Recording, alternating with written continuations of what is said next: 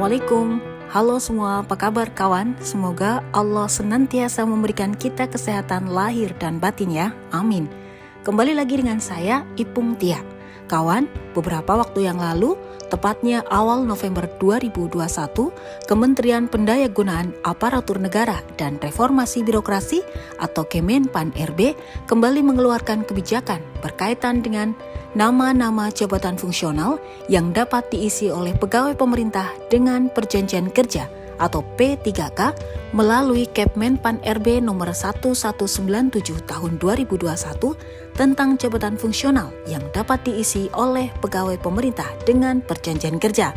Sebelum saya berikan informasi selengkapnya, seperti biasa, jangan lupa like, comment, share, dan subscribe dulu ya.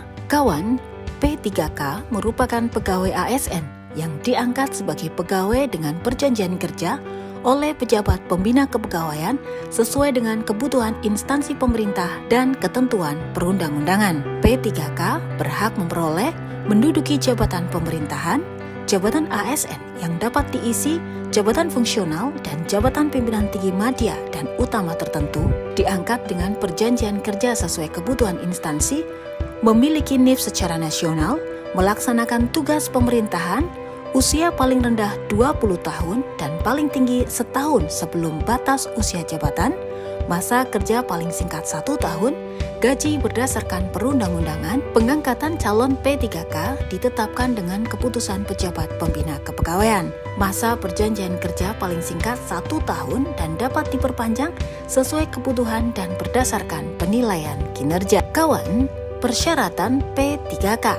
Usia paling rendah 20 tahun dan paling tinggi 1 tahun sebelum batas usia tertentu pada jabatan yang akan dilamar sesuai dengan ketentuan peraturan perundang-undangan. Tidak pernah dipidana penjara dengan pidana penjara berdasarkan putusan pengadilan yang sudah mempunyai kekuatan hukum tetap karena melakukan tindakan pidana dengan penjara 2 tahun atau lebih.